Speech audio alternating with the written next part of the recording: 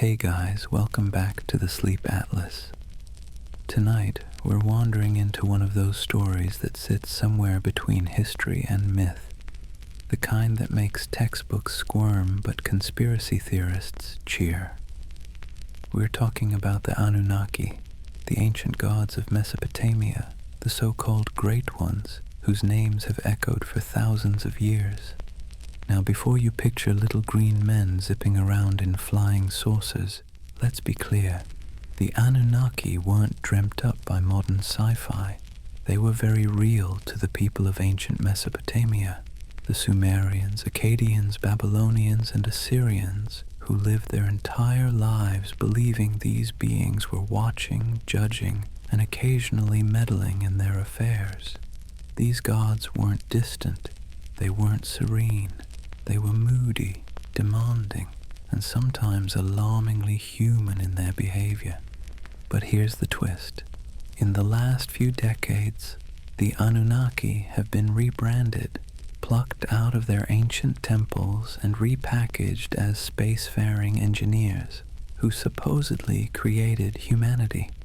You've probably seen them pop up on late-night cable documentaries with dramatic music, or in corners of the internet promising that the truth is out there. On one hand, that's entertaining. On the other, it's a perfect reminder that myths are slippery. They change to fit whatever worries and wonders we carry. So tonight, I'm going to tell you their story. The real story, as much as we can piece together from clay tablets, broken myths, and a lot of scholarly head-scratching. We'll wander through the fields of Mesopotamia where ordinary farmers sweated under the sun, convinced that every harvest was a divine test. We'll meet kings who built entire cities just to brag that the Anunnaki approved of them. We'll listen to myths where God squabbled, punished, and occasionally spared humanity. And yes, we'll peek into the modern fascination with aliens because apparently every ancient thing eventually gets abducted by sci-fi. But don't worry, this isn't a lecture. Think of it as a long, meandering nighttime walk through a world that feels both impossibly distant and strangely familiar. So, dim the lights, maybe pull a blanket a little tighter, and let's drift together into the land between rivers and gods. And before we begin, let me ask, what's keeping you up tonight? Let me know in the comments. I'd love to hear where in the world you're listening from. Settle in. Let's start at the beginning. Chapter 1. Life under the watchful eyes of the gods. Imagine yourself standing in the wide open plain of Mesopotamia, the land between the rivers, the Tigris to the east and the Euphrates to the west. The horizon stretches flat and endless, broken only by the shimmer of heat and the twisting bodies of those unpredictable rivers. The air is heavy, thick with dust and the smell of damp reeds. Somewhere in the distance, a donkey brays, and over all of it, an invisible weight hangs in the air, the belief that the Anunnaki are watching. To the people who lived here thousands of years ago, the rivers weren't just water. They were divine moods made liquid. A generous flood meant the Anunnaki were pleased. A drought meant they were angry. A sudden storm that flattened your barley fields. That was a cosmic tantrum, the gods reminding you who really ran the show. Every harvest, every illness, every successful birth or sudden death was interpreted as a sign that the Anunnaki were either blessing or punishing humanity. Daily life unfolded under this constant sense of scrutiny. Farmers trudged barefoot through muddy fields, wooden plows dragged by weary oxen. Every furrow cut into the soil was not just work, but an offering. An unspoken prayer that the Anunnaki would let the grain grow. Scribes bent over clay tablets in the shade of temples, scratching wedge-shaped symbols into wet clay, convinced that the gods valued their careful accounting of grain, beer, and taxes. Mothers tucked their children into reed mats at night with stories of Inanna and Enlil, half myth, half warning, because even bedtime carried reminders that the gods were keeping score. The landscape itself reinforced the idea. Towering ziggurats rose above flat mud brick cities, stepped pyramids painted in bright colors that have long since faded. To climb one was to ascend closer to the heavens, to the Anunnaki who supposedly convened in their council chambers above. At the base, ordinary people shuffled forward with offerings, bowls of grain, jars of beer, bleating goats, hoping that their small sacrifice might earn a flicker of divine favor. And through it all, the question lingered: were the gods ever satisfied? The answer, most of the time, was no. If the Anunnaki were pleased, life was merely tolerable. If they were displeased, life became unbearable. It was a kind of spiritual anxiety disorder written across an entire civilization, one that never let you forget that your fate was being judged by beings you couldn't see but definitely believed in. So here's the paradox of Mesopotamia and of the Anunnaki themselves. They gave people a framework to explain the chaos of life, but they also kept everyone permanently nervous. Imagine waking up every day knowing that your job performance review wasn't coming from your boss, but from a pantheon of unpredictable, immortal beings with the power to ruin your entire year. Comforting? Not exactly. Necessary? Absolutely. That was life under the watchful eyes of the Anunnaki, and it was only the beginning. Now that we've set the scene, the dust, the rivers, the nervous glances toward the heavens, let's lean into the daily grind of keeping the Anunnaki happy, because if there was one thing everyone in Mesopotamia agreed on, it was that the gods were needy. Think of the Anunnaki less like distant divine beings and more like an extended family of very spoiled aristocrats. They didn't simply exist in the background of your life.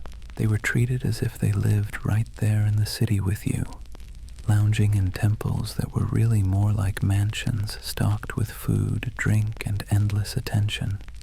Priests fed the gods' statues elaborate meals.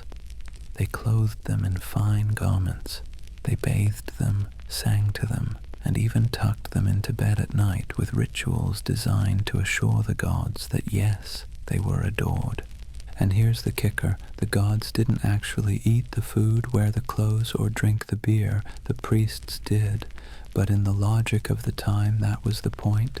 The offering wasn't about literal nourishment. It was about respect, about demonstrating submission to the divine order. Imagine working all day in a scorching field, hauling baskets of barley, and then handing over a chunk of your hard-earned harvest to a temple where priests would cook it up in front of a golden statue. You didn't get to enjoy the meal. The gods did, or so you were told. This wasn't optional. Failing to make offerings wasn't just rude, it was dangerous. Skip your temple duties, and you risked angering a god who could retaliate with a bad harvest, a plague, or a flood. It was like living with an unpredictable landlord who might torch your house because you didn't bring them enough bread.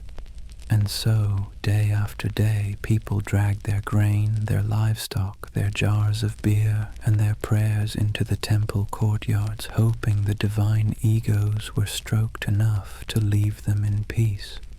Markets reflected this cycle of giving and appeasing. Merchants sold incense imported from far-off lands, exotic woods for temple furnishings, and precious stones for idol adornment. Whole industries thrived not because people needed goods for themselves, but because the gods supposedly needed them. The economy of worship was real, and it was heavy. And then there were the rituals, constant, exhausting, and often bewildering. Priests performed chants, sacrifices, and ceremonies to interpret the gods' moods. Ordinary people had little say in the process. They simply trusted or feared that the professionals got it right. Was the river about to flood? Only the gods knew. Was a plague looming? Better pay for a ritual just in case. Imagine the anxiety. You might lose your family, your crops, your city, not because of something you did wrong in the field, but because a priest forgot to wash a statue properly before a ritual. This constant pressure shaped how people thought about themselves. You weren't just a farmer, a merchant, or a craftsman. You were a servant of the gods, and your work was always under review. The Anunnaki weren't the kind of bosses who praised your effort either. At best, they ignored you. At worst, they punished you for reasons you could never quite understand. And yet there was comfort too. As strange as it sounds, the ritual obligations gave life structure. There was a rhythm to the year, festivals, sacrifices, processions, moments when the whole city gathered together in noisy, colorful celebrations. For a while, the pressure of survival melted into shared relief. Beer flowed, music played, incense smoke curled into the sky, and people could convince themselves that the Anunnaki might actually be pleased for once. But make no mistake, the weight of worship was heavy. It pressed down on every meal, every harvest, every family gathering. It meant living in a world where you never really owned your life. You were always making payments upward, into the hands of gods who demanded much and explained little. Civilization, in other words, came with a permanent divine subscription fee. So when you picture Mesopotamian life, don't just imagine mud brick houses and busy bazaars. Picture the temples looming above everything, casting long shadows across the city. Picture priests bustling through courtyards, chanting prayers and carrying offerings. And picture the ordinary farmer at the gate, holding a bowl of barley with cracked hands, hoping that this small gift would keep the Anunnaki's attention fixed somewhere else. That was the weight of worship, a constant burden, heavy as the mud brick walls themselves, shaping every breath of life in the land between the rivers. If temples were the stage for grand rituals, then the family was where belief in the Anunnaki seeped into the most ordinary corners of life.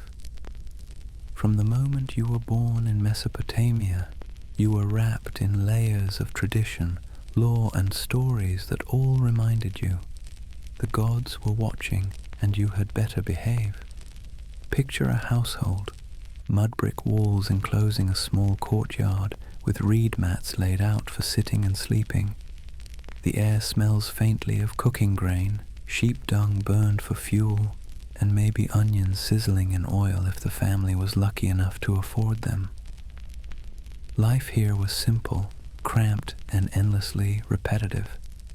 Yet, hovering over every task, grinding flour, weaving wool, teaching children their chores, was the belief that the Anunnaki were present, judging not just cities or kings, but households too. Families were patriarchal, meaning the oldest male ruled the home, and his authority was framed not as personal power, but as divine order. Fathers were seen as enforcers of a structure that supposedly mirrored the cosmic hierarchy. Just as gods ruled over humans, men ruled over their families. Hammurabi's famous law code spelled this out with brutal clarity. Wives owed obedience, children owed respect, and failure to comply could bring harsh consequences. This wasn't just social convention. It was written into the laws that claimed divine backing from the gods themselves. Mothers carried their own weight, of course. They were the backbone of the household, weaving, grinding, managing food stores, raising children, and passing on the stories that glued the family's beliefs together. Bedtime wasn't a cozy session of fairy tales. It was an education in fear and respect. Children were told myths of Inanna descending to the underworld, of Enlil sending storms, of the Anunnaki judging souls in the afterlife. These stories weren't entertainment so much as early compliance training.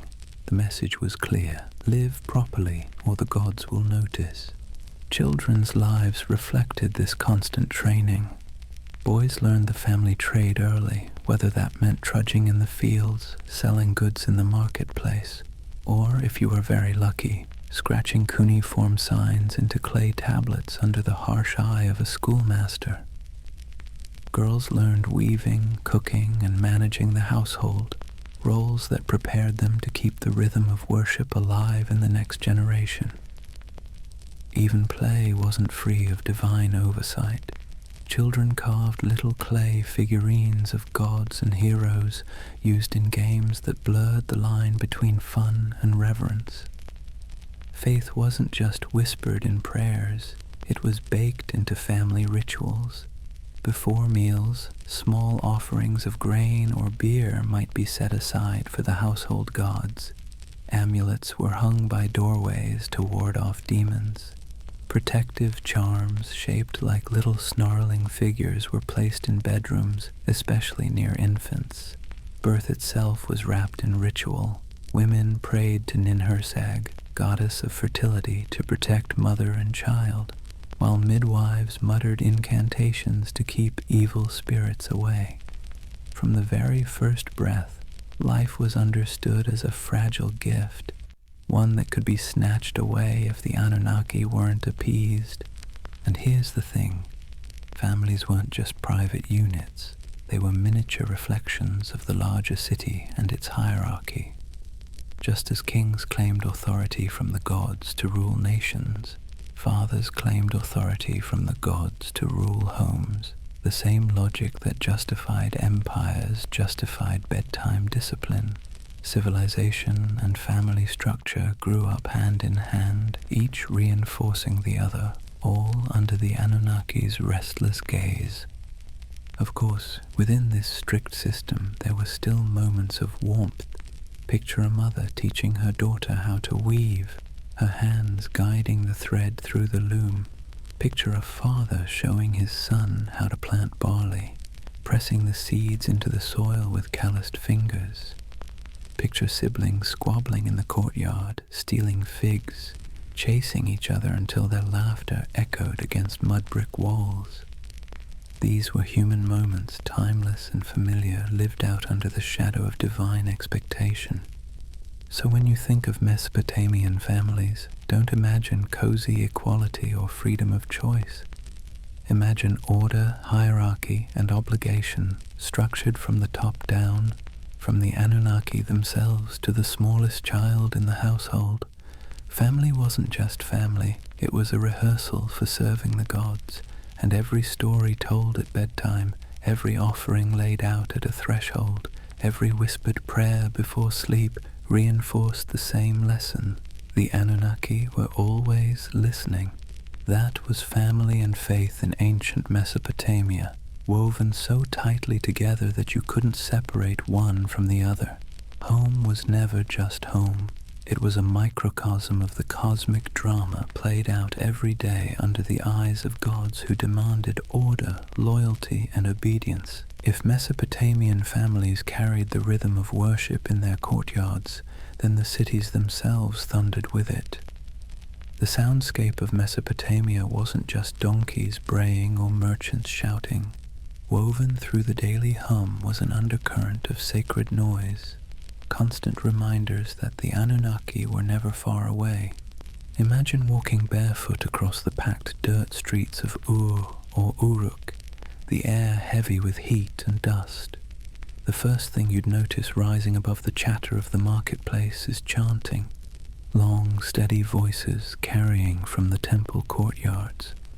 Priests chanted hymns in Sumerian or Akkadian, their words flowing like the rivers themselves, steady, unrelenting, rhythmic. To the people listening, these weren't just words, they were incantations meant to keep the cosmic order intact. If the chanting stopped, who knew what chaos might break loose? Temples were alive with activity. Incense smoldered, releasing thick curls of smoke that clung to the air, sweet and sharp at the same time. The scent was meant to please the gods, but for ordinary people walking by, it was a reminder that the divine was close enough to smell. Lyres plucked their delicate notes in temple courtyards, drums pulsed with steady beats, and flutes added piercing tones that drifted across rooftops. To us, it might sound like music. To them, it was more like maintenance, a sound system designed to keep the Anunnaki pacified. And it wasn't just priests who contributed to the sacred soundscape. Festivals turned entire cities into orchestras of devotion. Imagine crowds gathering for a procession, voices rising together in chants, bells clanging, animals bellowing as they were led toward sacrifice. The ziggurat loomed above it all, terraces echoing with footsteps as priests climbed higher to offer food, drink, and prayers to the gods at the summit shrine. From miles away, travelers could hear the echo of music, the low murmur of thousands of voices, and know they were approaching a city where gods were fed daily like pampered royals. But the sounds weren't always grand. Sometimes they were intimate and unsettling. Picture a priest muttering over the body of a sick child, reciting spells to chase away spirits. Picture whispered prayers at dusk, entire families speaking softly into the night air as oil lamps flickered. Picture the hush that fell when an omen was announced, the crowd quieting to hear the words that might decide whether the gods were pleased or furious. In these moments, sound wasn't background.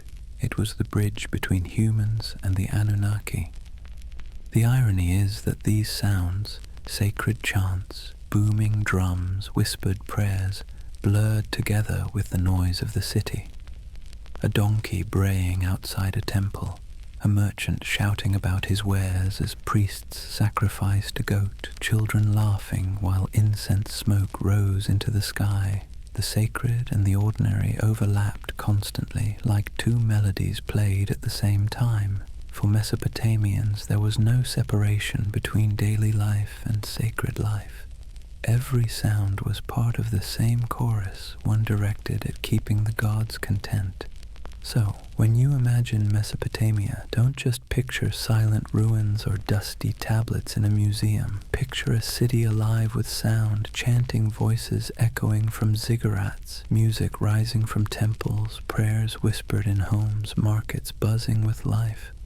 And beneath it all, the steady, unsettling hum of belief, the sense that every sound you made was heard, judged, and recorded by the Anunnaki. That was the soundscape of Mesopotamia, sacred and ordinary, human and divine, blending into one endless hymn beneath the gaze of restless gods. So far we've walked the fields, stepped into homes, and stood in the courtyards of temples. But if there's one thread tying all of Mesopotamian life together under the watch of the Anunnaki, it's struggle. Not dramatic Hollywood-style struggle, more like the constant grinding kind. The kind that wears you down day after day until survival itself feels like an act of worship. Imagine yourself as an ordinary farmer, standing ankle-deep in a muddy canal, sweat dripping into your eyes as the sun beats down. The water that gives life to your crops also threatens to destroy them, either by flooding too much or not enough. You dig ditches, patch walls, and mutter prayers, hoping Enki might spare you this season. Your back aches, your hands blister, and still the work never stops. Each seed you plant is not just a gamble with the soil, it's a plea to the gods. Or imagine being a craftsman, hunched over a clay tablet, shaping wedge-shaped marks into wet clay. Maybe you're writing receipts, tallying debts, or recording temple rations. The work is tedious, your teacher strict, your mistakes punished. And yet, every stroke of your stylus feels like part of something bigger. You're not just tracking grain, you're participating in a divine system, where the Anunnaki themselves are imagined to weigh human worth in records and degrees. Disease lurked in the background too. Cities were crowded, hot and filthy, and illness spread quickly. If someone in your family fell sick, you didn't think of germs, you thought of angry gods or lurking demons. Maybe it was punishment, maybe it was bad luck, maybe both. Priests muttered incantations over the feverish burned incense and offered sacrifices. Sometimes it worked, sometimes it didn't. Either way, you believed your life was being tallied by powers you couldn't see. And then there was the simple, unshakable anxiety of living in a land where nothing stayed stable for long. Floods, droughts, raids from neighbors, every threat felt like it came with divine approval or divine neglect. You might work tirelessly, live faithfully, and still watch your field wash away overnight. It's no wonder that Mesopotamian myths constantly circle back to the same themes. Humans struggling, gods displeased, chaos always around the corner. But within that struggle, there was resilience. People endured. They dug new canals after floods, rebuilt homes after raids, prayed louder after disasters. Families bound themselves tightly together. Neighbors leaned on one another in the marketplace, and communities clung to rituals that gave their world meaning. The Anunnaki may have loomed like stern overseers, but the people found ways to keep living, laughing, and even celebrating in the cracks between their hardships. So, when you picture Mesopotamia under the eyes of the Anunnaki, don't imagine endless golden fields or carefree abundance. Imagine sweat-soaked tunics, cracked hands, and weary faces that still lifted toward the ziggurat at dawn. Imagine humanity trying, failing, and trying again, all while believing that somewhere, far above or deep below, the Anunnaki were watching, measuring, and deciding their fate. That was the human struggle. A constant effort to carve order out of chaos, meaning out of hardship, and survival out of a world that felt forever precarious. And in that struggle, civilization itself was born. Chapter 2. The gods who ruled the skies and earth. If life in Mesopotamia felt like a constant test, then the examiners were the Anunnaki. These weren't gentle guardian angels or abstract philosophical ideas. They were the great gods, beings who sat at the very top of the divine food chain, descended from the union of Anu, the Sky Father, and Ki, the Earth Mother. To the Mesopotamians, the Anunnaki weren't distant background characters. They were judges, enforcers, and supervisors, always peering down like cosmic landlords who never forgot to collect rent. The word itself, Anunnaki, has a heaviness to it, something that sounds like it should be whispered by torchlight. Ancient scribes described them as the 50 great gods, though their numbers shifted depending on which city you asked. Some texts placed them in the heavens, others in the underworld. In either case, their role was clear. They were the arbiters of fate, the beings who decided whether you lived to see another harvest or whether your name would vanish into dust. Picture it like a cosmic council chamber. Anu presides as the lofty patriarch of the skies, his authority absolute, but his personality distant. He isn't the kind of god you chat with about personal problems. He's the one who sets the tone, like a CEO you've never met, but whose name sits on every memo. Beneath him, Enlil, god of air and storms, is the enforcer, a figure as feared as he was respected. He could bless the land with life-giving rain or flatten it with violent winds. His moods were the weather forecast. Ea, or Enki, the clever god of wisdom and water, often played the role of fixer, the one who bent the rules when the council's decisions were too harsh. Ninhursag, the mother goddess, embodied fertility and nurturance, though even she could be stern when humanity overstepped. The Anunnaki weren't imagined as serene or harmonious. Their council was more like a divine courtroom full of debates, rivalries, and power plays. They were the ones who weighed the fates of kings and commoners alike. If a ruler conquered a rival city, it was because the Anunnaki permitted it. If a plague swept through the streets, it was because the Anunnaki had signed off on the punishment. Their decisions rippled down into every corner of daily life, from the canals of farmers to the palaces of kings. And while ordinary people couldn't see them directly, their presence was everywhere. Every temple inscription invoked their names. Every prayer carried their authority. Every law code claimed their approval. Kings ruled not because of military might alone, but because they claimed to be chosen by the Anunnaki. To question their power was to question the gods themselves, and that was a career-ending move, if not a life-ending one. So, when you picture Mesopotamian religion, don't imagine a single figure like Zeus hurling thunderbolts or a kindly creator painting the skies.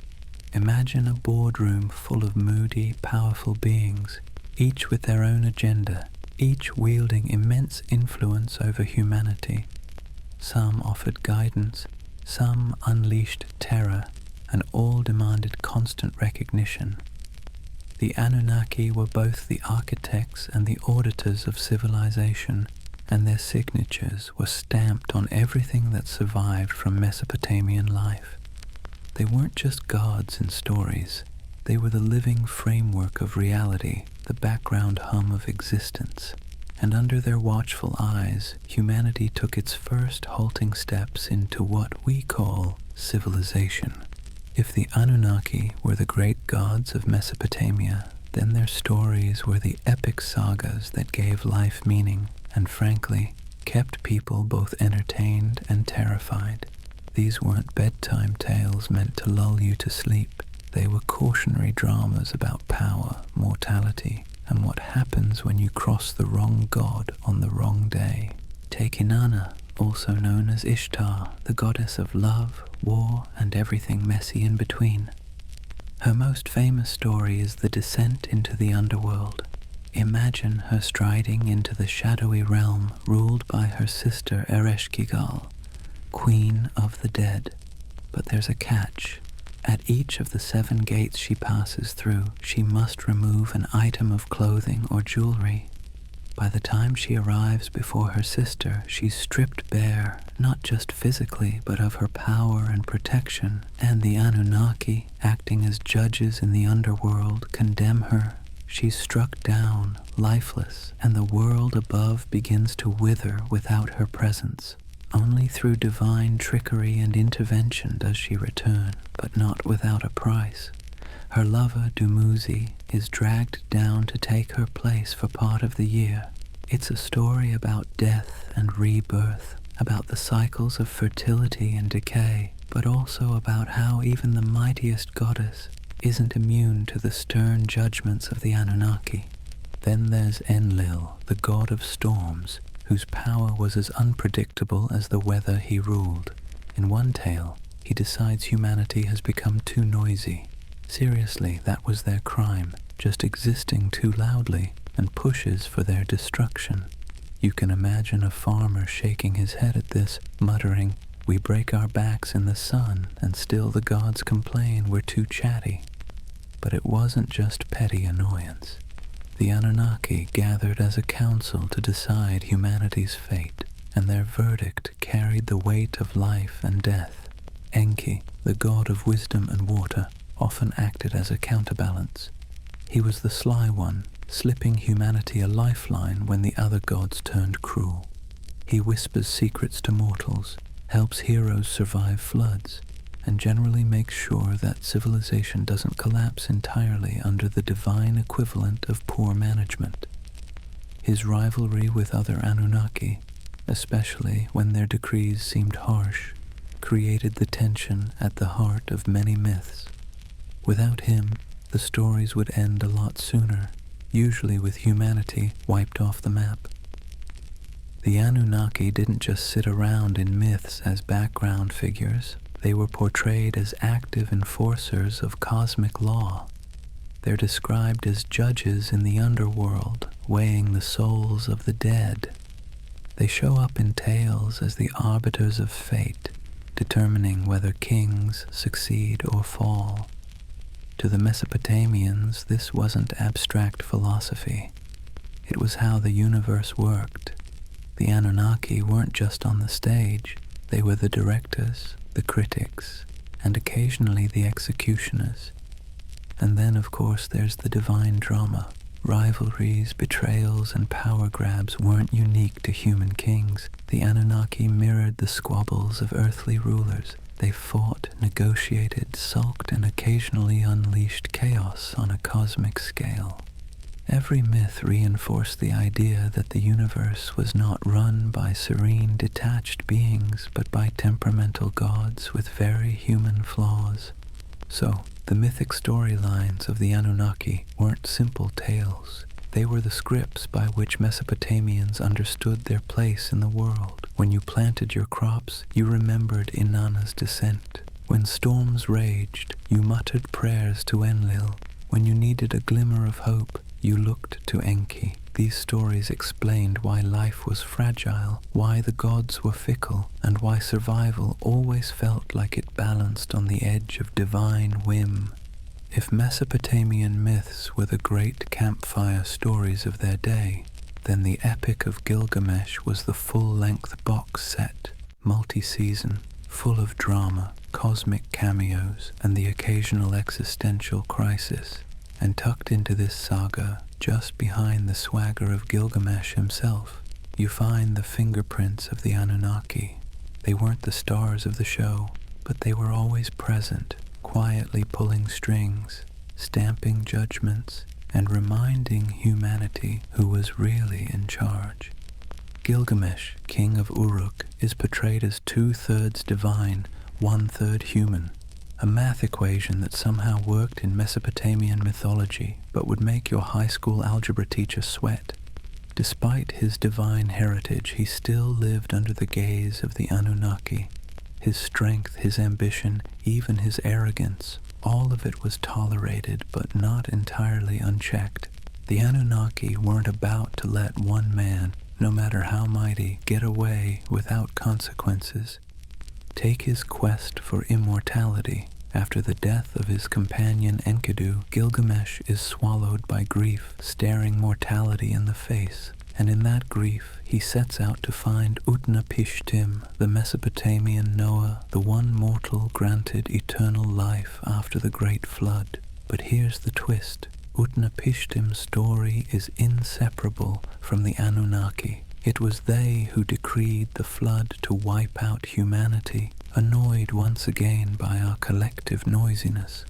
It was they who sealed the fate of countless villages, and it was Ea, sly Ea, who bent the rules by whispering to Utnapishtim, helping him survive in a boat loaded with animals. Without that divine trickery, there would be no flood hero, and thus no quest for Gilgamesh to undertake. When Gilgamesh finally finds Utnapishtim, he's told in no uncertain terms that immortality isn't for him. The Anunnaki themselves had decreed it. When the gods created man, they allotted him death, but life they retained in their own keeping. That line is essentially the fine print of existence. Humanity got the mud bricks, the barley, the back-breaking labor. The gods kept immortality for themselves. Tough luck. Even the great adventures within the epic, slaying Humbaba, guardian of the cedar forest, or killing the bull of heaven after Inanna sends it to punish him, circle back to the gods' involvement. The Anunnaki weren't background noise. They were the referees, deciding when Gilgamesh had crossed a line and when his hubris deserved punishment. The death of Enkidu, for instance, is the direct result of divine judgment. the Anunnaki convene and decree that one of the pair must die for their defiance. Enkidu becomes the casualty, and Gilgamesh, for all his divine strength, can do nothing but weep and rage. What's remarkable is how these stories resonate with us even now. The Epic of Gilgamesh isn't just about a king wrestling lions or digging canals. It's about humanity's oldest anxieties. Why we die, why we suffer, and why no amount of wealth or power can change those facts. And standing behind those anxieties are the Anunnaki, like cosmic administrators who handed humanity its most dreaded memo: life ends always. So, as Gilgamesh wandered deserts, scaled mountains, and crossed seas in search of eternal life, he wasn't just wrestling with his own fears. He was wrestling with the verdict of the Anunnaki, a verdict no mortal could ever overturn. His story wasn't just a king's adventure. It was a parable about the boundaries set by the gods and the futility of trying to break them. And in the end, Gilgamesh's great realization wasn't that he could cheat death, but that he couldn't. His city, his walls, his legacy, those would endure, not his body, which, ironically, is exactly what the Anunnaki seem to want. Humanity striving, building, suffering, and remembering, but never escaping. Civilization itself, with all its mud, sweat, and noise, became the immortality humans were allowed. If you've ever heard the story of Noah's Ark, you might think it's unique. One righteous man, one enormous boat, a zoo crammed 2 by 2, and a god who decided humanity needed a hard reset. But here's the thing, long before the Bible put pen to parchment, Mesopotamia had already told its version. Several versions, in fact, and at the center of everyone, like judges sitting in an endless board meeting, were the Anunnaki. The earliest version we know comes from the Atrahasis epic. In this story, humanity isn't destroyed because of sin or even bad manners, but because of noise. Yes, noise. Apparently, humans were just too loud for the gods to get a decent night's rest. Picture the Anunnaki sitting in their divine chambers, grumbling like cranky landlords. These humans won't stop partying, yelling, clattering around with their plows. Enough. So they decide to wipe the slate clean. First they try droughts, then plagues, then famine, but nothing seems to stick. Humanity, stubborn as ever, bounces back. Finally, the Anunnaki pull the ultimate lever, a flood to drown every last village. Rivers swell, storms rage, and the land sinks beneath walls of water. Humanity is meant to vanish, a failed experiment erased by divine decree. But one god doesn't quite play along. Enter Ea, clever, cunning, and a little too sympathetic toward mortals for his own good. He whispers a warning to Atrahasis, a man chosen not for his holiness but for his usefulness. Build a boat, Ea advises, and not just any boat, a giant vessel sealed with pitch, stocked with food, and loaded with animals. Atrahasis obeys, and when the waters rise, he and his cargo survive, bobbing above the drowned world like the last ember of human life. A later version of the story appears in the Epic of Gilgamesh, where the survivor is called Utnapishtim. The details are eerily familiar: divine anger, whispered instructions, an ark, a flood, and birds sent out to find dry land. Sound familiar? It should.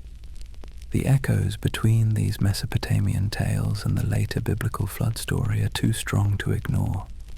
Scholars argue endlessly about who borrowed what, but one thing is clear: Mesopotamia wrote the first draft of humanity's greatest flood myth, and in every draft, the Anunnaki are central.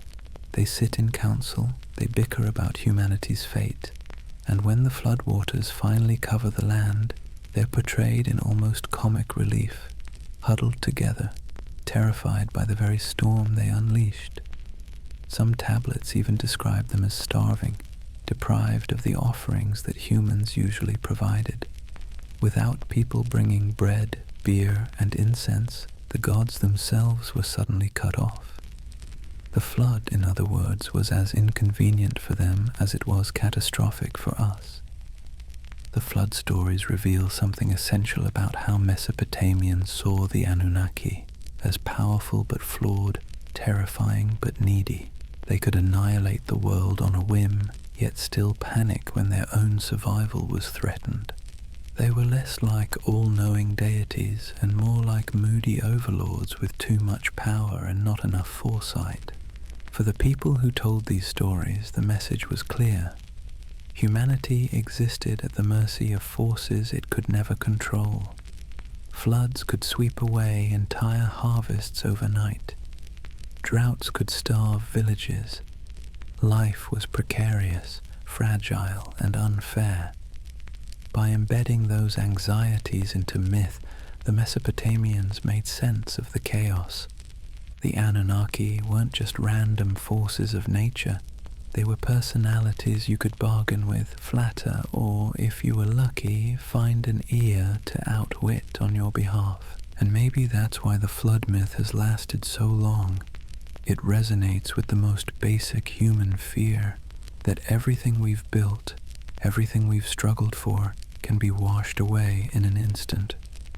The Mesopotamians wrapped that fear in the story of divine judgment, a story so powerful it sailed forward through time, carried on clay tablets, copied into scripture, and retold for millennia. So the flood wasn't just water rising, it was a story of humanity's fragility, the gods' capriciousness, and the desperate hope that someone, anyone, might survive to start over again.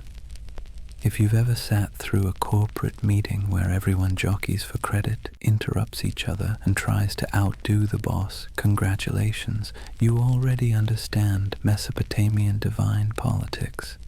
Because the Anunnaki, for all their cosmic authority, were basically the original middle managers of the universe, constantly bickering, scheming, and pushing their agendas. Let's be clear. The Anunnaki weren't serene, enlightened beings sitting in eternal harmony. They were more like a council of city-states writ large. Each had their turf, their loyalties, and their grudges. When they gathered, it wasn't kumbaya around the celestial campfire. It was more like a landlord's association deciding how much rent to raise while secretly planning who to stab in the back at the next vote. Take Enlil, for example, the storm god, known for being both immensely powerful and immensely irritable. He's often depicted as the one pushing for harsh judgments, floods, plagues, the occasional smiting. If you had to assign him a modern role, he'd be that boss who always thinks the best solution is fire half the staff and never sticks around to clean up the mess.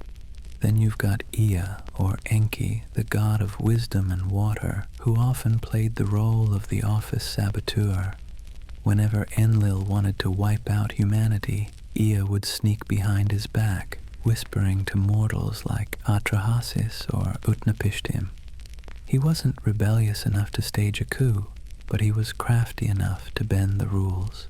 Think of him as the co-worker who nods along in the meeting, then quietly emails the client with a completely different plan. And of course, Inanna, also known as Ishtar, the goddess of love, war, and chaos incarnate. She didn't just play politics, she was politics. One moment she's seducing rivals, the next she's unleashing the bull of heaven on Uruk, because Gilgamesh bruised her ego. If the Anunnaki had a group chat, you can bet Inanna was the one sending messages in all caps at 3 a.m. This divine drama mirrored human politics almost perfectly. Kings invoked the Anunnaki to justify their wars. Priests claimed to interpret the gods' wishes, usually in ways that happened to benefit their city.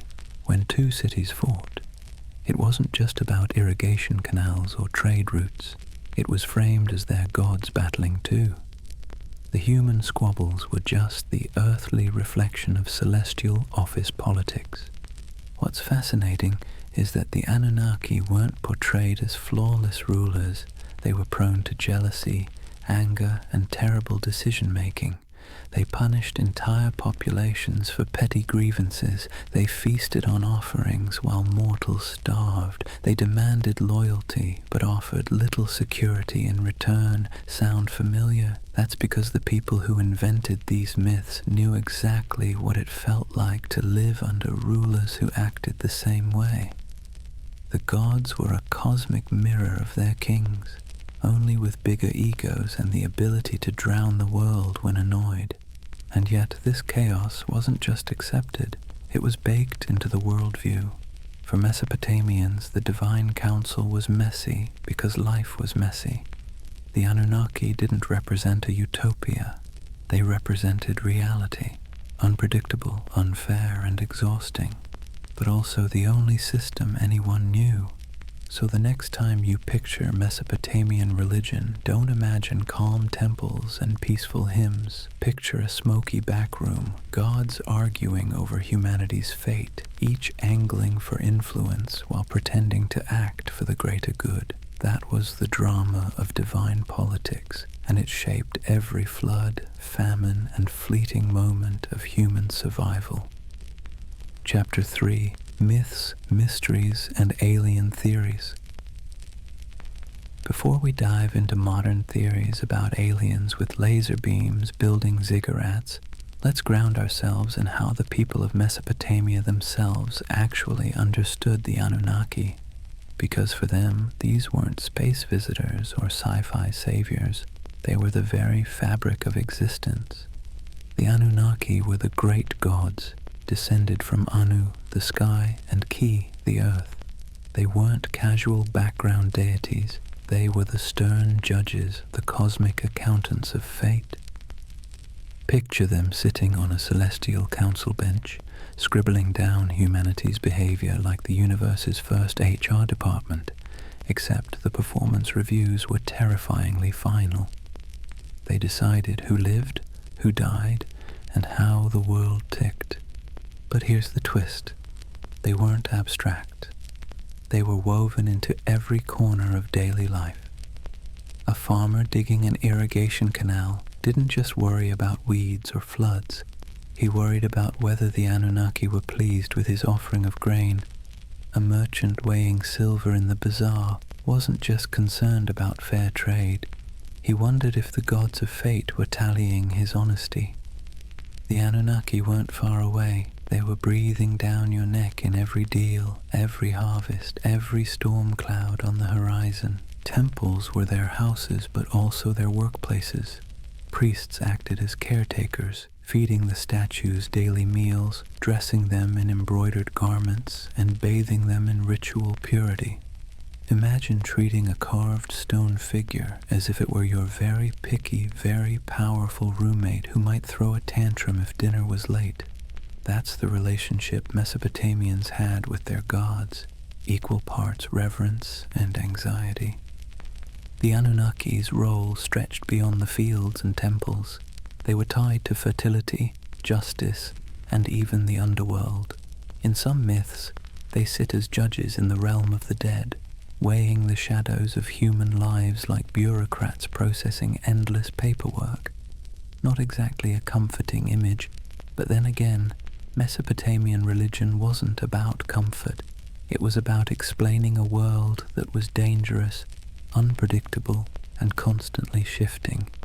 And the rituals reflected that. People poured out libations of beer, laid down offerings of bread, burned incense, and sang hymns to keep the divine machine running. Festivals were not just moments of joy, they were mandatory maintenance on the cosmic engine. Skip a ritual, anger a god, and suddenly your canal might collapse or your child might fall sick. So when we talk about the Anunnaki, the ancient understanding wasn't glamorous, it was anxious. These weren't benevolent guardians handing out blessings. They were moody overseers, cosmic bosses whose whims dictated survival. And humanity's job was simple, if exhausting. Keep them fed, keep them clothed, keep them entertained, and maybe, just maybe, they wouldn't ruin your week. In other words, the Anunnaki were less about lofty spirituality and more about survival management. They reflected the world their worshippers lived in, harsh, unstable, unpredictable, but impossible to ignore. So let's clear the fog a bit. When we talk about the Anunnaki, what do we actually know from the ground? What's been dug up, baked in clay, and translated by bleary-eyed archaeologists squinting at wedge-shaped cuneiform? Because while modern theories tend to leap straight into sci-fi territory, the ancient sources are both more grounded and, in some ways, more fascinating. The word Anunnaki itself pops up across thousands of years of Mesopotamian texts, from Sumerian myths to Babylonian epics. These weren't obscure fringe deities whispered about in one dusty tablet. They were front and center, woven into the very structure of Mesopotamian religion. They appear in the Enuma Elish, the Babylonian creation story, their judges in underworld texts, their name dropped in royal inscriptions, invoked as divine witnesses to treaties and curses. If you lived in Mesopotamia, you would have heard their names the way we hear the law or the government. Archaeologists have unearthed thousands of cuneiform tablets that mention them. Some are myths, some are hymns. Others are dry administrative lists where the Anunnaki show up as the divine recipients of offerings, bread, beer, livestock, and occasionally the odd luxury good. Imagine seeing your gods listed alongside taxes in a spreadsheet carved into clay. That's how real they were to the people of the time. Visually, the evidence is trickier. Unlike Egyptian gods with instantly recognizable animal heads, the Anunnaki weren't locked into one iconography. Sometimes they're represented as human-like figures in elaborate robes with horned crowns, a symbol of divinity. Other times, they're mentioned collectively, more as a divine council than as individuals with distinct faces. Reliefs from places like Assyria show gods flanking sacred trees, holding ritual objects, or hovering in winged forms. Whether every winged figure should be read as Anunnaki is debated, but what's certain is that these divine images were meant to remind worshippers of cosmic hierarchy, gods above, humans below, no exceptions. Then there are the ziggurats themselves, the massive step temples that dominated Mesopotamian skylines. While we can't slap a label on the bricks reading Anunnaki headquarters, the texts make clear these structures were dedicated to them and their kin. Priests, trained scribes, and entire economic systems revolved around the upkeep of these temples. Archaeological digs at Ur, Uruk, and Babylon show storehouses stuffed with offerings, workshops producing ritual goods, and courtyards where processions would wind past colossal altars. These weren't quaint little shrines. They were institutions, part Wall Street, part Vatican, part government office, all in the name of gods like the Anunnaki. Of course, the tablets don't answer every question. They leave gaps. Frustrating gaps that modern minds love to fill with speculation. Did the Anunnaki descend from the heavens in some dazzling moment of contact? The texts never say that. Did they genetically engineer humans in a laboratory? No mention. What they do say is that the Anunnaki were the arbiters of fate, the enforcers of divine will, and the ever-watchful overseers of human existence. They're described as present in the underworld, as the ones who decree destinies, and as an assembly that even other gods had to respect. The challenge and the beauty of the archaeological evidence is that it roots the Anunnaki firmly in the ancient imagination without giving us neat answers. What survives is clay, dry, cracked tablets that were once wet mud in the hands of scribes. Reliefs chipped out of palace walls, broken statues that once carried offerings, the echoes of rituals performed in smoke-filled courtyards. The Anunnaki live on through these fragments, like a puzzle with half the pieces missing, and maybe that's why they remain so compelling. because the evidence is enough to prove they were central to Mesopotamian life, but not enough to fully explain them, which leaves space, too much space, for centuries of speculation from serious scholarship to, well, let's just say, less serious theories about alien overlords building irrigation canals.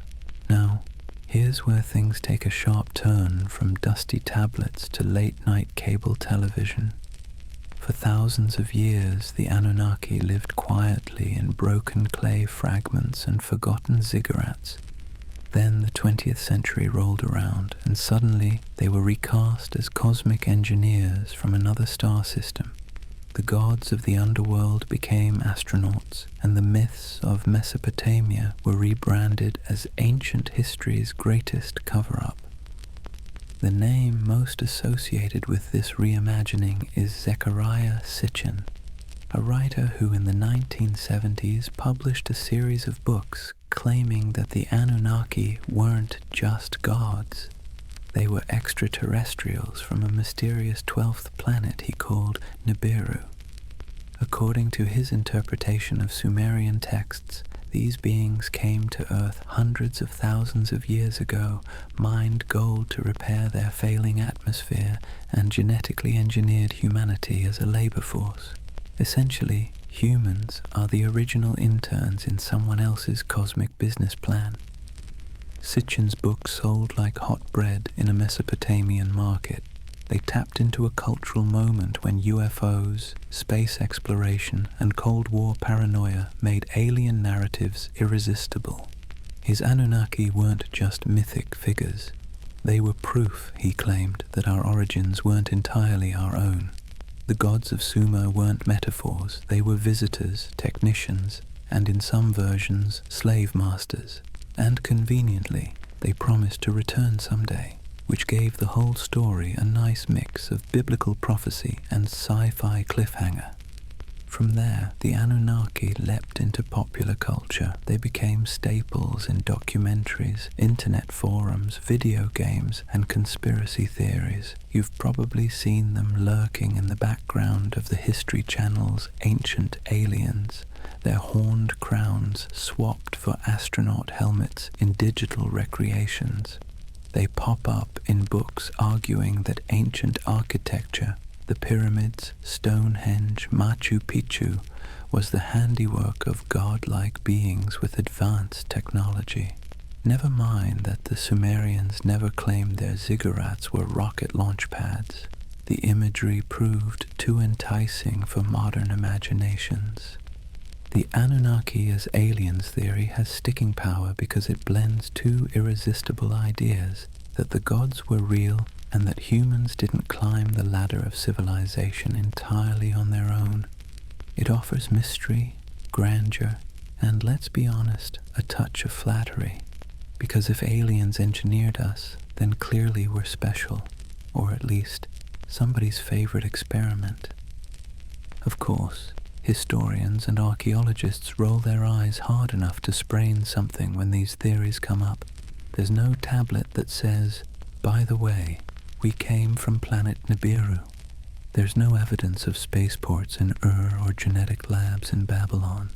The texts talk about floods, fate, rituals, and divine councils, not interstellar travel. But for many people, that's part of the fun. The gaps in the evidence are fertile ground for imagination, and Sitchin's Anunnaki filled those gaps in a way that captured millions of readers. It's worth pausing, though, to ask why. Why did the Anunnaki, of all the gods in human history, become the poster children for alien theories? Why not the Greek Olympians, or the Norse pantheon, or the Aztec deities? Partly it's because Mesopotamia is so old. These myths stretch back to the dawn of writing, which makes them feel like they contain hidden truths, the first draft of humanity's story.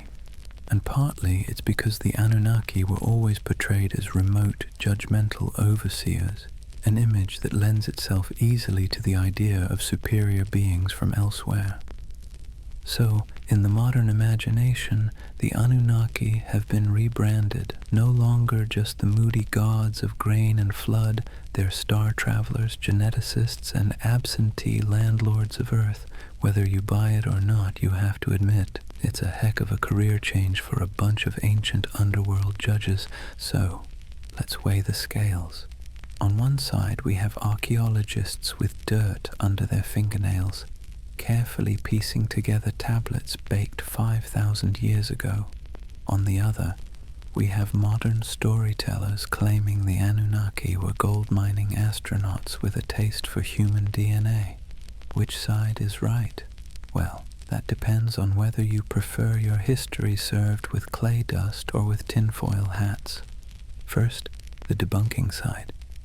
Professional Assyriologists, those are the folks who actually read cuneiform, not just squint at it until it looks like spaceships, are nearly unanimous.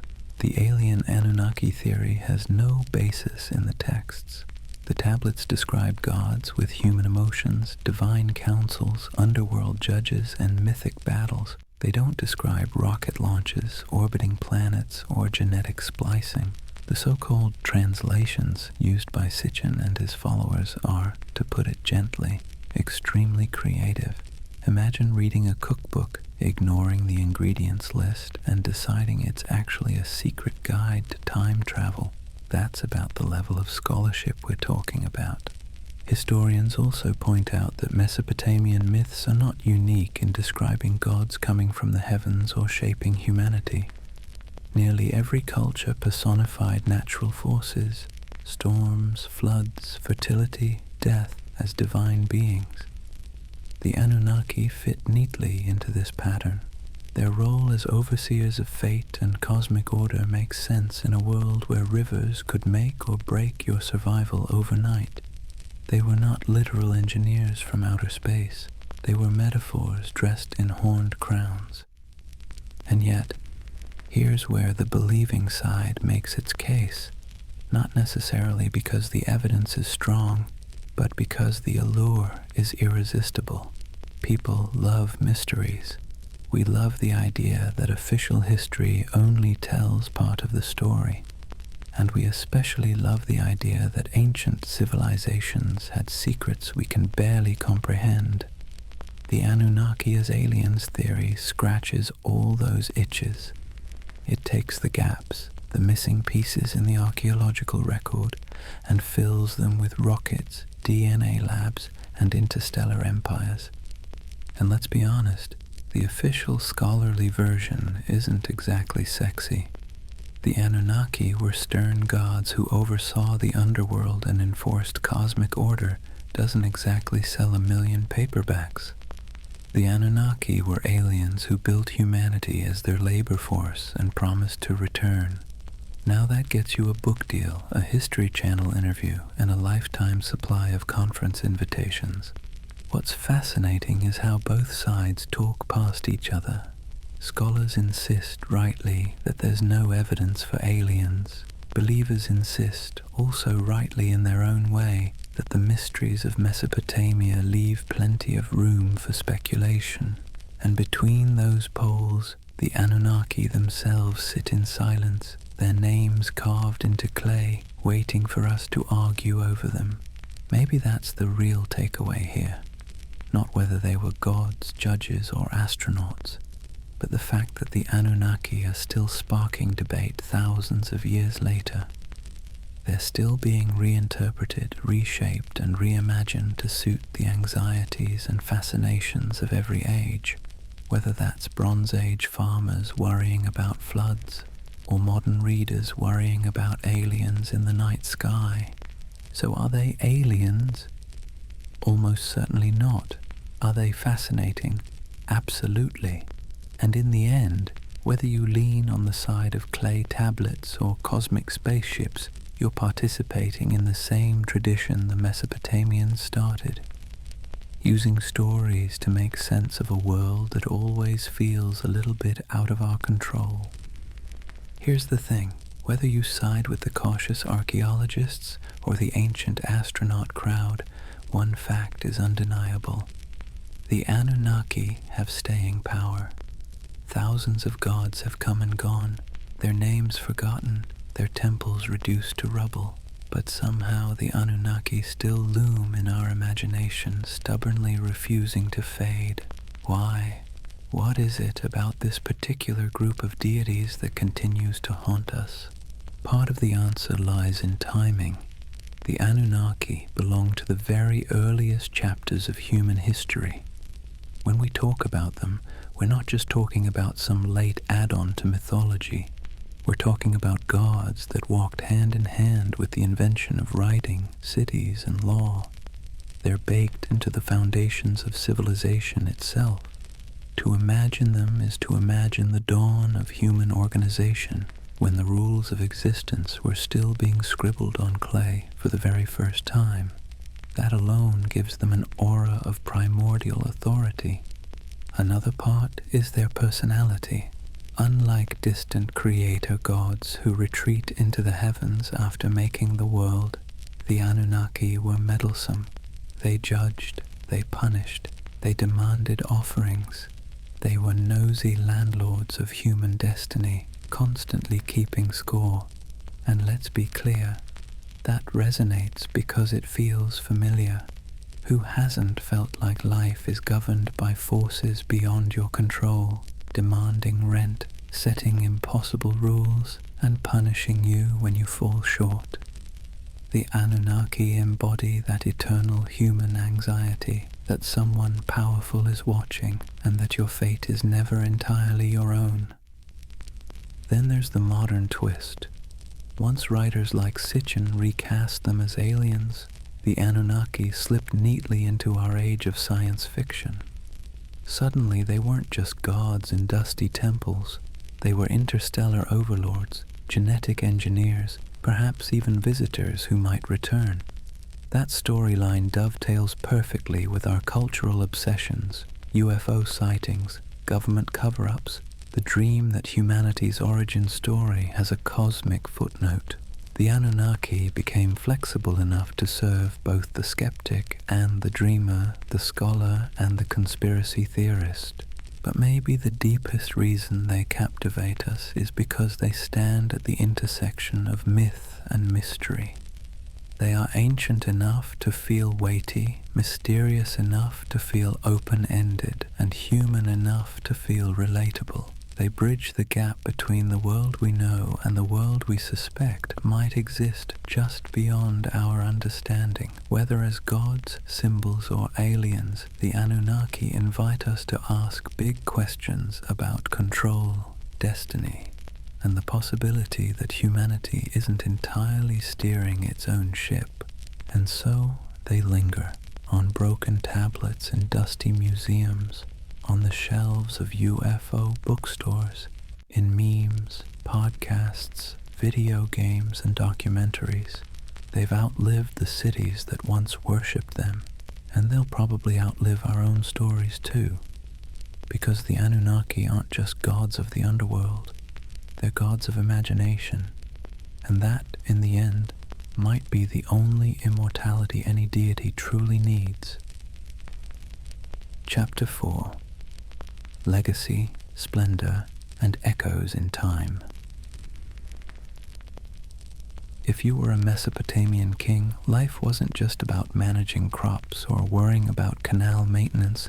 That was for everyone else. Your main job, besides bragging in stone, was to convince people that the Anunnaki were firmly in your corner. Ruling wasn't just politics, it was theater, and the Anunnaki were the ultimate stage props.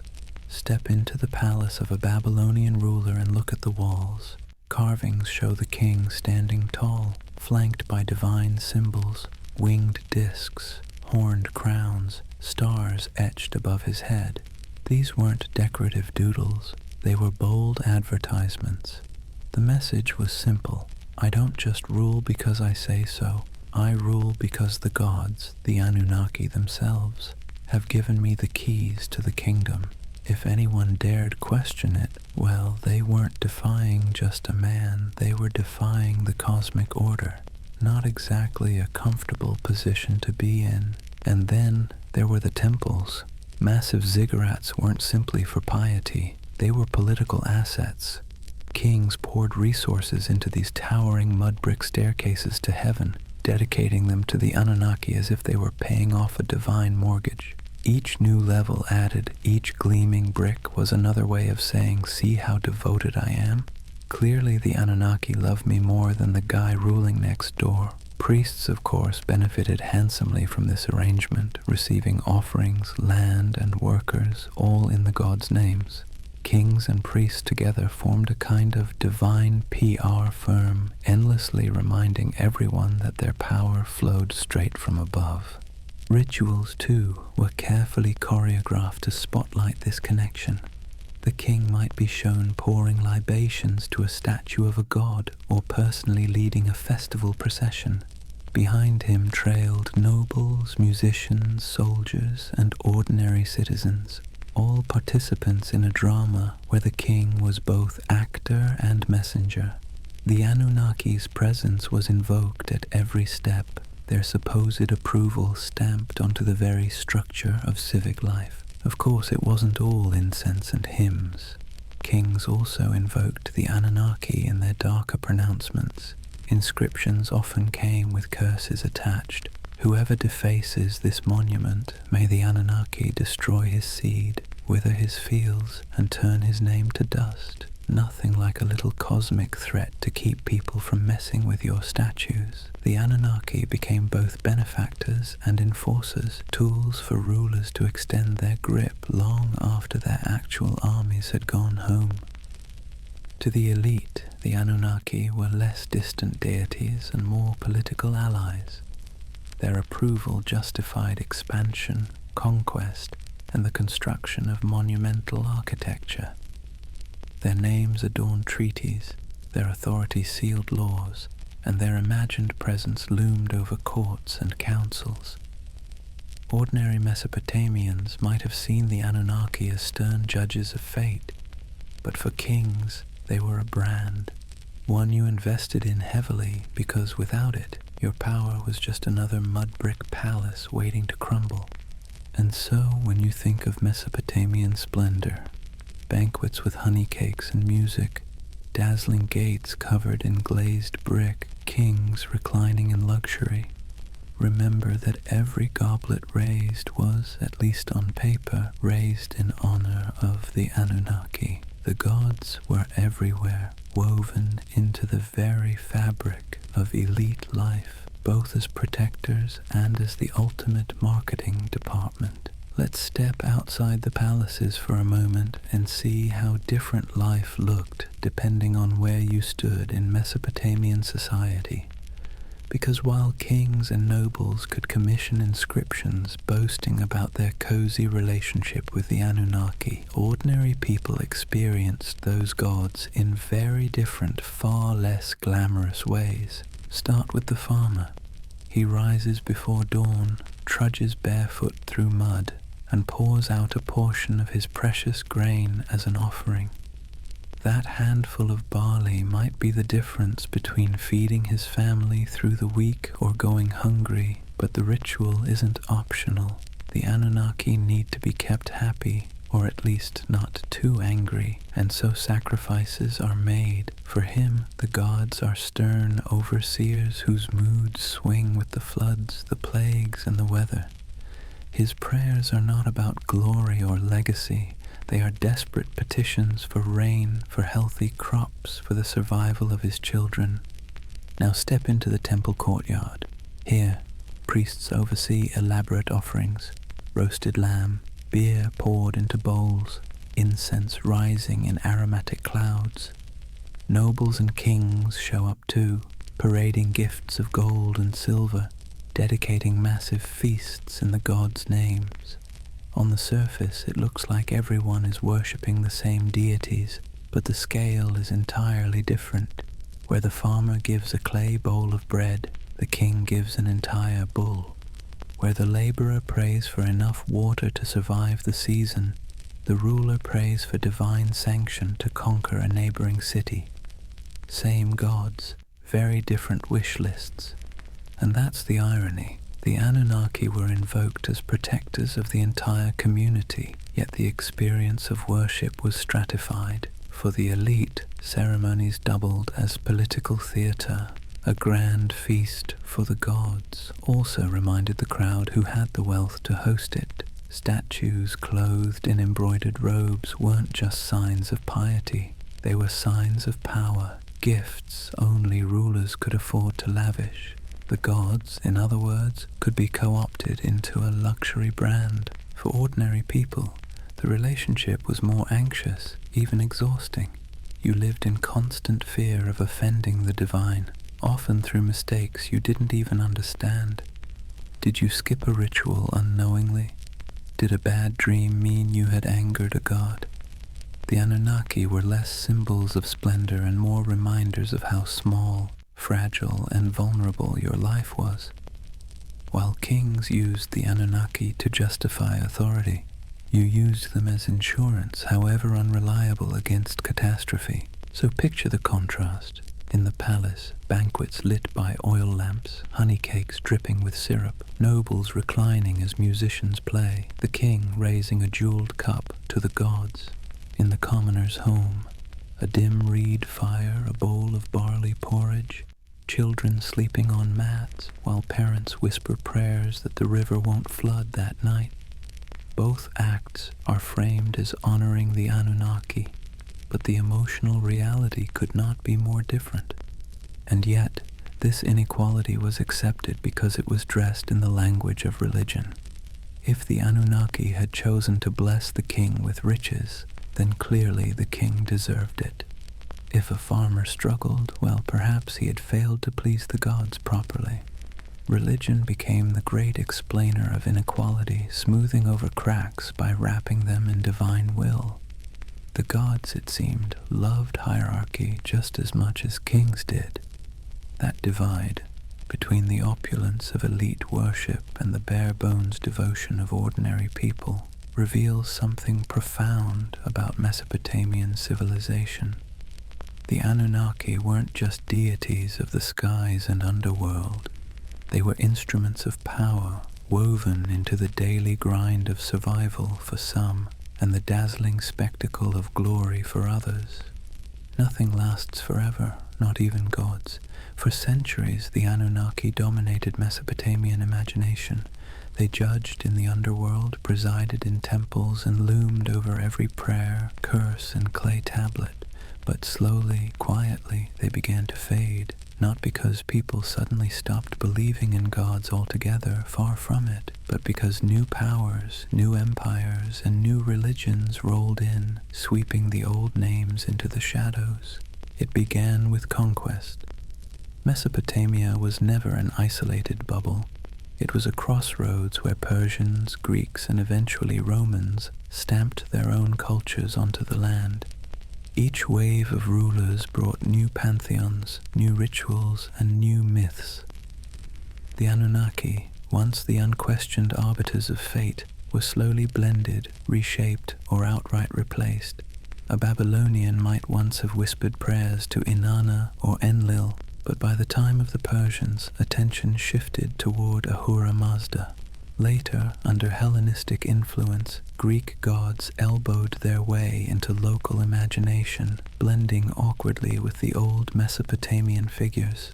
The Anunnaki became echoes, half-remembered names tucked into older hymns and inscriptions, less feared than they once were. Even in the myths, they began to shrink. In the earliest texts, the Anunnaki were grand, mighty judges of humanity, controllers of storms and harvests. But later, their roles were downplayed, reinterpreted, or demoted.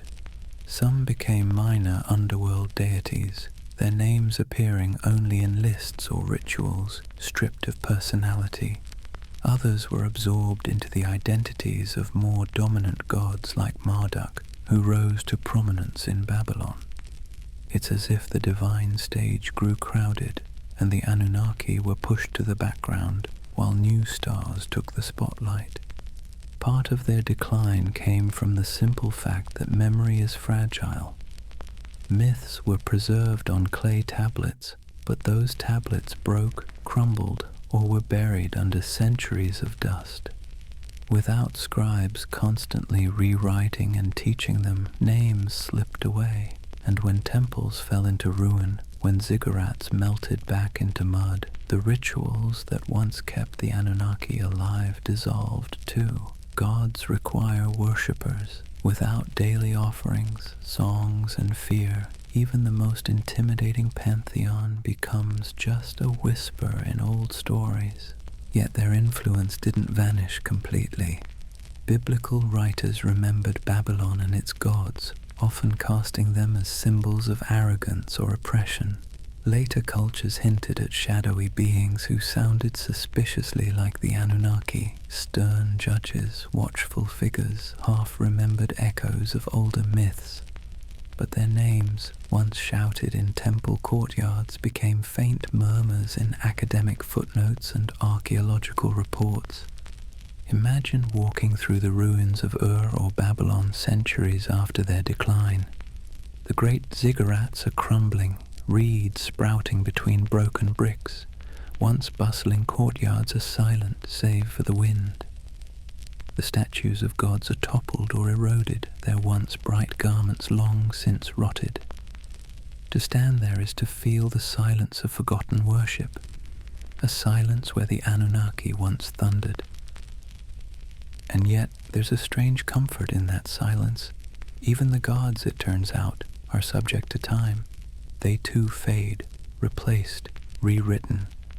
The Anunnaki's decline is a reminder that nothing, no matter how powerful it seems, escapes the erosion of centuries. Their temples collapsed, their names blurred, but the idea of them lingers, proof that even when the divine fades, memory holds on, however faintly. The Anunnaki may have faded from temples and clay tablets, but they never disappeared entirely. Instead, they slipped sideways, out of daily worship and into memory, myth, scripture, and eventually pop culture. In some ways, they're more famous today than they were in the last days of Mesopotamia, though not always for reasons a Sumerian priest would recognize. Let's start with the Bible. The Hebrew writers who lived through exile in Babylon didn't forget the overwhelming presence of Mesopotamian gods. They may not have name-dropped the Anunnaki directly, but echoes of their imagery crept in. The Watchers, described in certain apocryphal texts, the Nephilim, giants said to descend from divine beings, carry a suspicious resemblance to older tales of moody gods and semi-divine figures. The story of the Tower of Babel itself feels like a faint shadow of the ziggurats, those stairways to the heavens where priests once claimed the gods descended. Babylon became a symbol of arrogance, sin, and divine punishment. But behind that symbol lurked the forgotten faces of the Anunnaki. Fast forward a few millennia, and the Anunnaki were dusted off, not by priests or kings, but by authors with a taste for the mysterious. In the 20th century, writers like Zecharia Sitchin gave them a brand new identity, not just gods, but aliens. According to his theory, the Anunnaki were advanced beings from another planet, here to engineer humanity as a labor force. Never mind that Mesopotamian texts say no such thing. This reimagining stuck, feeding directly into the world of ancient astronaut theories. Suddenly, the Anunnaki weren't forgotten deities of grain and underworld judgment. They were interstellar overlords with spaceships, genetic labs, and a taste for gold. Do scholars roll their eyes at this? Absolutely. Archaeologists point out that Sumerian inscriptions mention plenty of gods, but none of them arrive in rockets or dabble in DNA splicing. Still, the theory has traction because it taps into a deep human itch, the sense that our past hides secrets, that civilization began not just with mud and sweat, but with some kind of hidden intervention. The Anunnaki, rebranded as cosmic engineers, became perfect fodder for late-night documentaries, YouTube rabbit holes, and endless speculation about what if. And it didn't stop with conspiracy books. The Anunnaki found their way into movies, video games, and novels. They appear as shadowy gods in fantasy series, as alien overlords in science fiction, as mysterious powers in role-playing games. Their very name carries weight, ancient, strange, vaguely menacing. You don't even need to know who they were to feel a flicker of intrigue when you hear it. It's ironic, really. In Mesopotamia, the Anunnaki were feared as judges, overseers, the divine middle management who ensured humanity never forgot its place.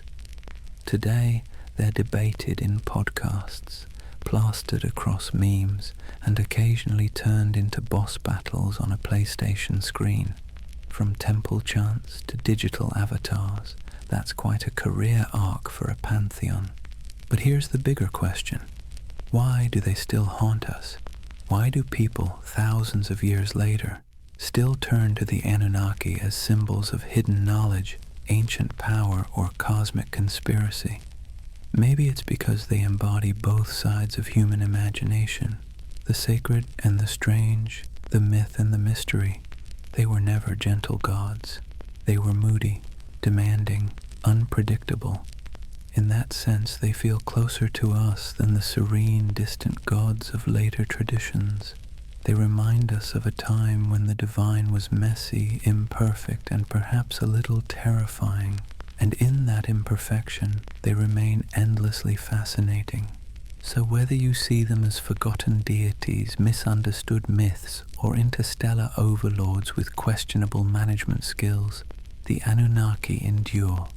They're still here, not in temples of mud brick, but in our stories, our media, our restless curiosity. And maybe that's their real legacy, not the rituals of the past, but the questions they leave us with in the present. So here we are, at the end of a long walk through the world of the Anunnaki.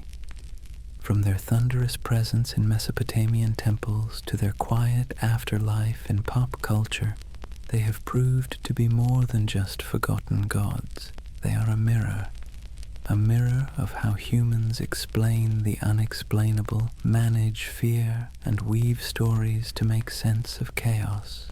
Think about what the Anunnaki represented to the people who first told their stories.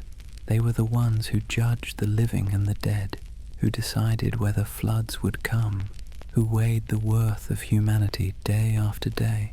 They were terrifying, yes, but they were also familiar. They quarreled like humans, demanded food and drink like humans, punished and forgave like humans. In their flaws, they reflected the world of their worshippers. Life in Mesopotamia was harsh, unpredictable, and full of petty dramas, so naturally their gods were too. Fast forward to today, and the Anunnaki still serve the same role, just in a different costume. Some people see them as symbols of divine mystery, others as aliens with secret blueprints for human evolution, others as archetypes of forgotten myths. But underneath those interpretations is the same impulse, the need to believe that our world is not random, that there are forces, whether gods, aliens, or fate, shaping our story. And here's the irony. In searching for the Anunnaki, what we really uncover is ourselves. Our hopes, our fears, our longing for meaning. Whether in temple hymns, clay inscriptions, or late-night conspiracy videos, the Anunnaki are less about the gods and more about the humans who imagined them. They tell us that from the very beginning, we've been restless. We've wanted answers, we've wanted control, and when the rivers of life flooded or dried, we looked upward, to the sky, to the gods, to the stars, and tried to explain it. So why do they still haunt our imagination? Maybe because they embody the uneasy truth of civilization, that progress comes with anxiety, that knowledge comes with questions we can't quite answer, that power, whether divine or human, is always precarious. The Anunnaki remind us that even at the dawn of history, people wrestled with the same feelings we carry today: awe, fear, wonder, doubt. And as you drift into sleep tonight, let that thought settle in gently. The Anunnaki may be gone. their names eroded by time, their temples reduced to dust, but the echoes of their stories still ripple through us, not as warnings from stern gods, but as reminders of our own humanity. The rivers rise and fall, empires bloom and crumble, gods fade, then return in new disguises. Yet the rhythm of life carries on. In the quiet of your own night, you don't need to worry about divine judges weighing your worth. You can rest easy, knowing you are part of a story that stretches back to those ancient voices who once whispered prayers under starlit Mesopotamian skies. They too feared the night, they too searched for meaning, and in that connection, across thousands of years, maybe we find the most peaceful truth of all. We've always been human, and we've always been looking up. And so, we come to the end of our long journey with the Anunnaki. We've walked the muddy fields of Mesopotamia under their watchful gaze, sat in the courtyards of ziggurats while priests chanted, listened to myths of floods, heroes and gods who judged humanity like a never-ending performance review. We've seen them fade into dust, only to reappear in new disguises, as echoes in scripture, as theories of alien visitors, as symbols of mystery and power. What's remarkable is not that the Anunnaki vanished, but that they never truly left. They live on in the stories we tell, in the patterns of our thought, in the restless curiosity that keeps humans forever asking, what if? They are a reminder that civilization itself began with questions, with awe, with fear, with the desire to turn chaos into order. And in their myths, we can still hear the heartbeat of the first cities, the first prayers, the first sleepless nights. But unlike those ancient people lying awake under reed roofs, fearing floods, demons, and divine wrath, you don't need to worry tonight. The Anunnaki may have been restless gods who never slept, but you can. The rivers outside your window aren't about to rise and sweep you away. The stars aren't omens of disaster, just quiet lights marking the night sky. The fears of yesterday can stay in yesterday, so take a breath. Let the weight of history ease your own thoughts. The Anunnaki watched over their world with suspicion and judgment, but you can rest in a world that has carried their stories forward, softened by time, transformed into echoes. Close your eyes and let the myths fade into dream.